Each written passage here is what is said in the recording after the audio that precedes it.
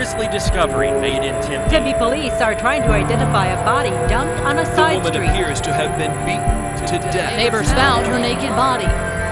It's very concerning, the way she was dropped off, the way she was put, just, she was dropped off like garbage.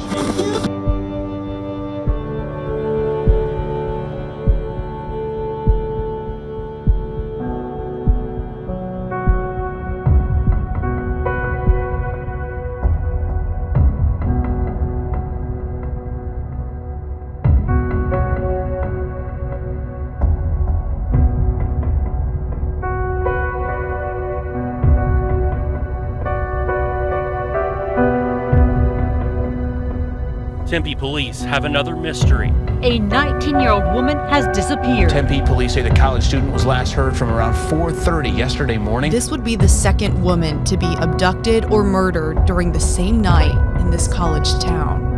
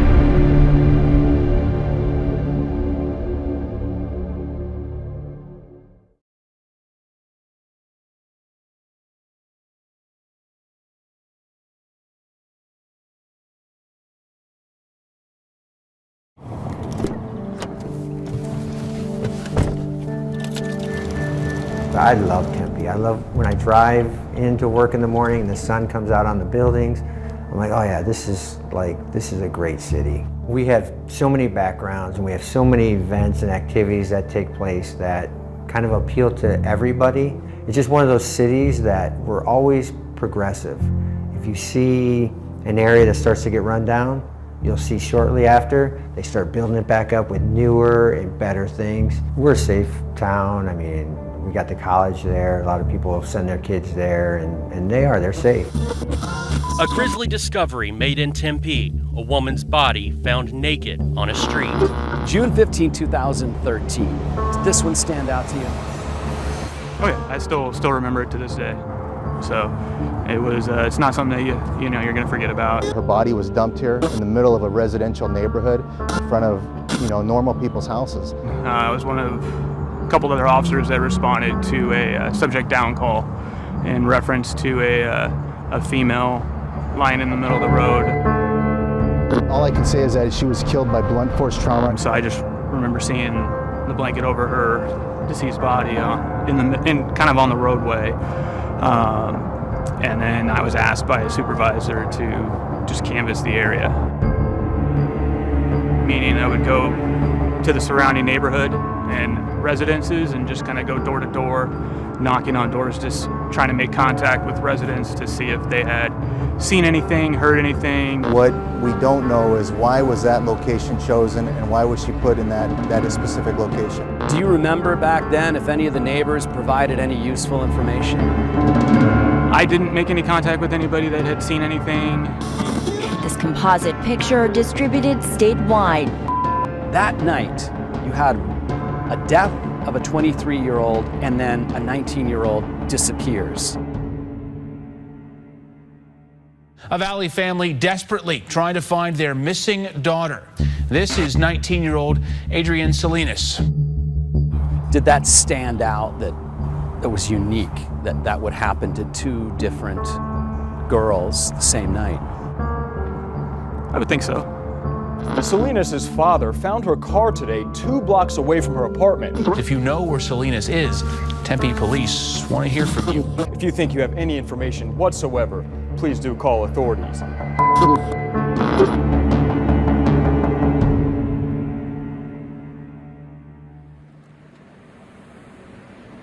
Can I just get you to say and spell your first and last name so we have that on camera?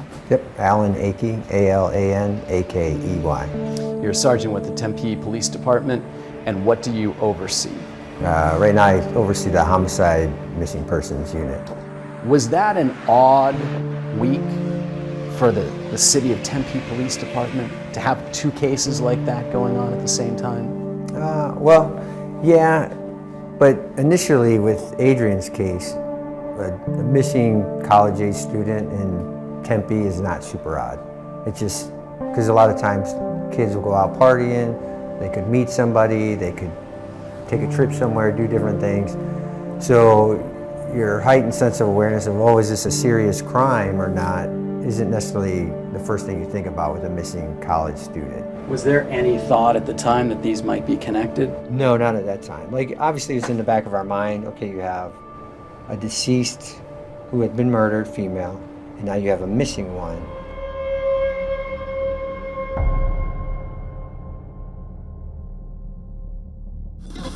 Tempe police continue to look for a missing woman. They tell us that Adrienne Salinas disappeared Saturday morning around 4:30. She reportedly called her boyfriend to tell him she was on her way over, but never made it.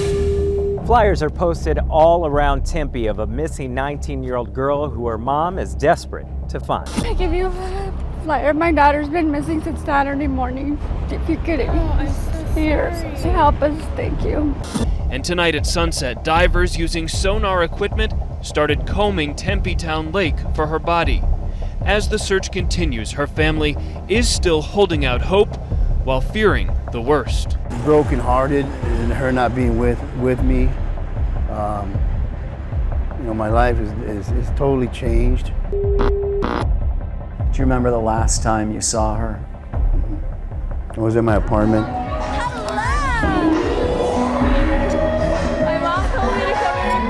And I remember her leaving, and she was going, and I remember hugging her, and I think every parent has that thought that they want to hold their children, and you know, and way back in your mind somewhere, you just hope nothing that's going to happen to them, you know, and then they're going to be fine, and for that some reason, I remember giving her an extra long hug, you know, and I don't know why. When did you start to think something was wrong? I remember it was Father's Day weekend.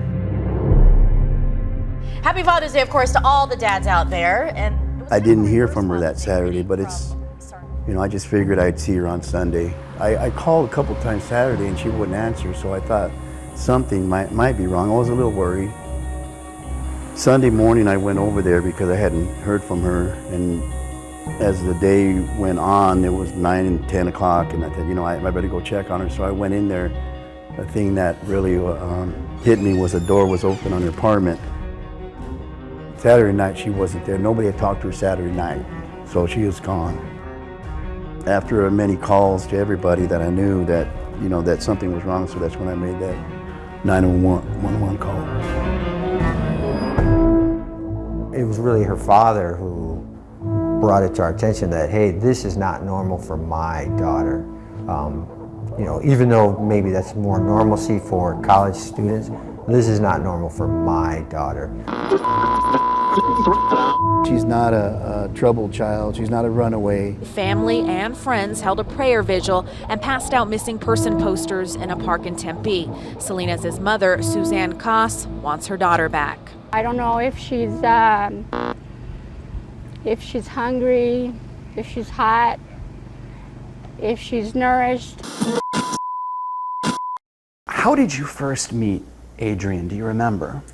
Yeah, it was sometime into the school year in 6th grade. I want to say it was sometime in the 2nd semester. She was definitely very reserved in her own way.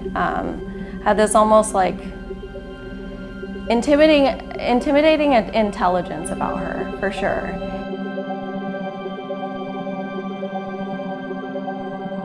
We ended up becoming best friends, so. Best friends? Yeah. What does that mean to you? I mean, that's probably one of the biggest titles I could give somebody. I take friendship very, very seriously. I mean, it's the family we choose for ourselves. Would the Adrian that you knew have gotten into a car with a stranger? Not willingly.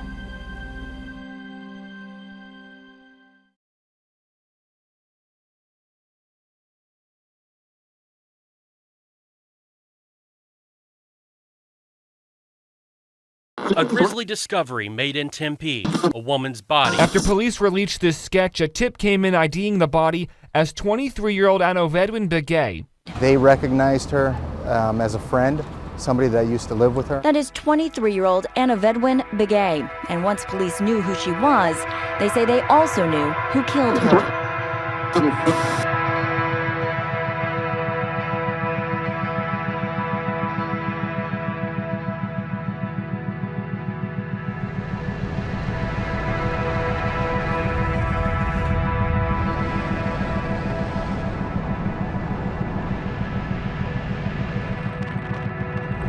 When I first met her, she introduced herself to me as Anne. And then I would hear her sister sometimes calling her Anna. I think it was maybe the third or fourth time that we were shooting archery together was when I learned her full name was Anna Vedwin from my uncle. And he says, I'm not sure how to say her name. And so I looked at the sheet and kind of cocked my head to the side and I was like, I don't know either. This is a young woman who's very shy, but she had such a fierce spirit about her.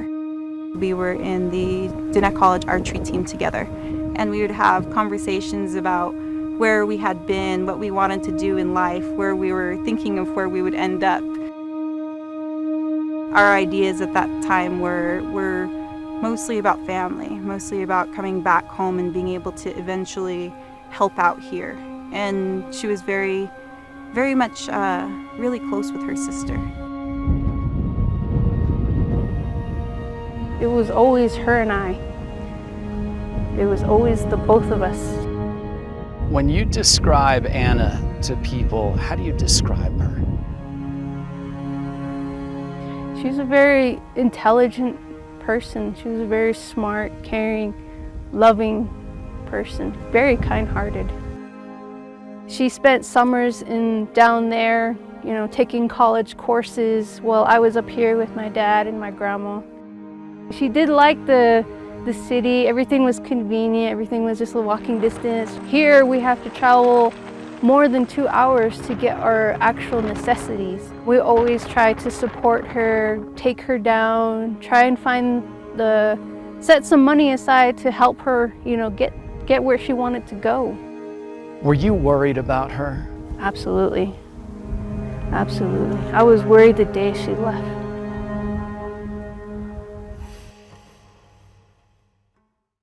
He's being booked into the county jail, and he didn't have a lot to say about the crime, but you know, we're just happy to say that he's in custody, he's off the street. He is 27-year-old Douglas Ray George. He was arrested 1 week prior to Anna Vedwin's death for domestic violence and is now accused of not only beating but killing his girlfriend, then dumping her body in the street.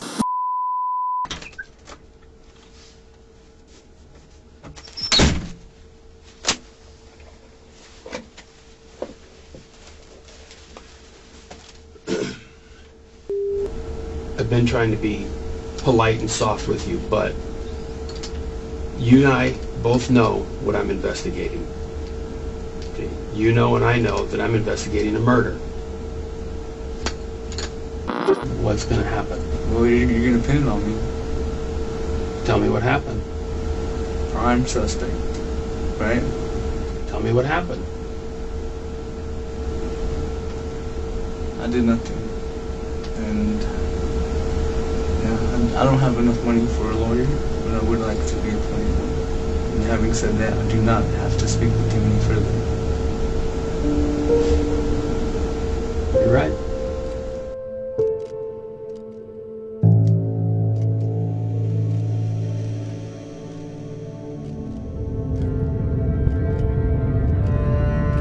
you meet Douglas George?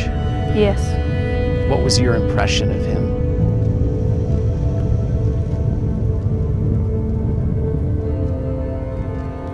He was really reserved. He was very quiet. I don't know, something about him just didn't feel right. She called me just kind of randomly and was like, hey, how you doing? I'm here in Phoenix. And I said, oh my gosh, that's awesome. She's like, I have my boyfriend with me, and she seemed really happy. She seemed like she was doing really well. 3 or 4 days later, she called me and she said, well, we're wanting to move in the area and we were wondering if we could stay with you for a bit. Did you ever get a weird vibe from him? Oh, most definitely. There was a point where we heard them arguing and we saw the kind of pushing and such. And my cousin kind of got in between there, and she had to tell him, you know, you need to leave now and you're not welcome back here. And you may stay here as long as you like, but he is no longer welcome here.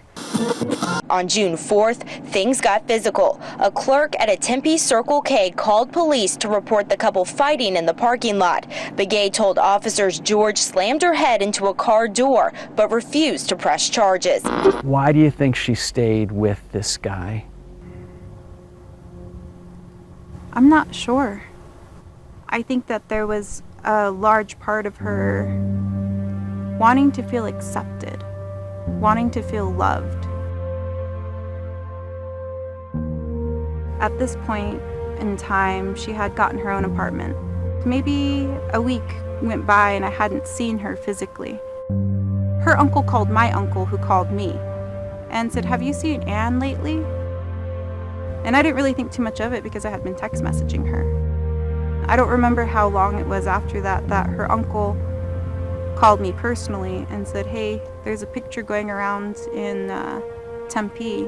We still can't get a hold of her, and it kind of looks like her. I opened the email and I saw her birthmark and I saw the description on the bottom, and my heart dropped. I instantly started calling her and calling her and calling her, and I kept getting sent to voicemail, voicemail, voicemail, voicemail. And then I got the text messages, hey, you're going to get me in trouble. I'm at work right now. And that was him texting you, pretending to be her? Yes. So for about a week and a half, he had been corresponding with me as her. And at that point in time, I instantly called the police department. So I had 2 detectives come over to my dad's house when they asked for a description, and I still remember the look that they gave each other.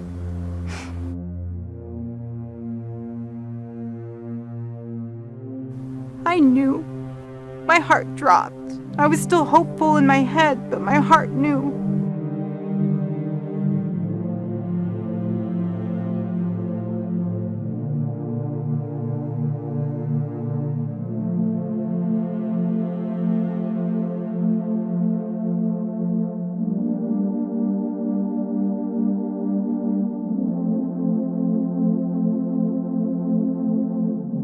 Do you feel or sense your sister when you're here? Oh yes, I do. I always feel like she's here. She's watching over me. She's watching everything I do, watching everything I say, like she always does, and I feel her here.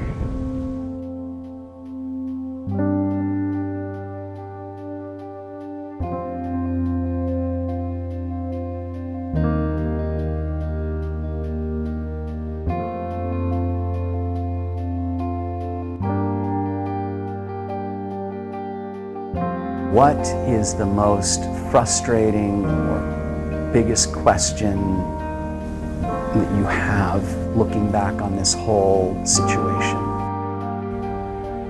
I guess, just why this particular night? What do we know now about Adrienne that night? What we know is that she's at the party with her friends. Whenever we'd have parties, we would invite anyone and everyone that we could gather.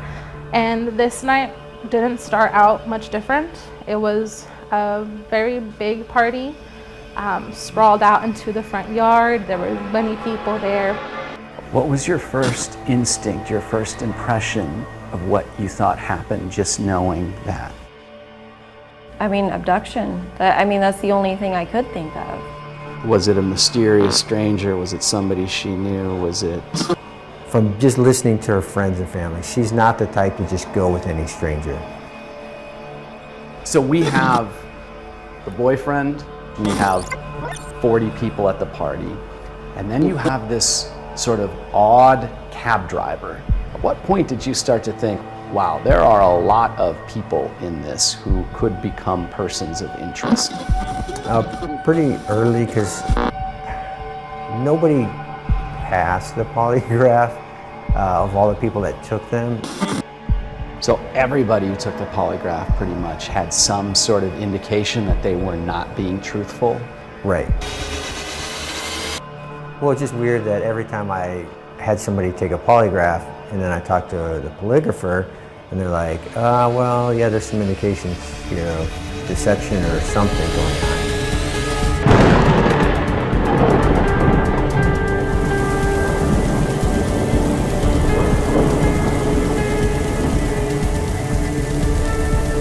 We begin tonight with breaking news. The human remains found in the Far East Valley are that of Adrienne Salinas. We have learned a missing Tempe college student has been found dead in the desert.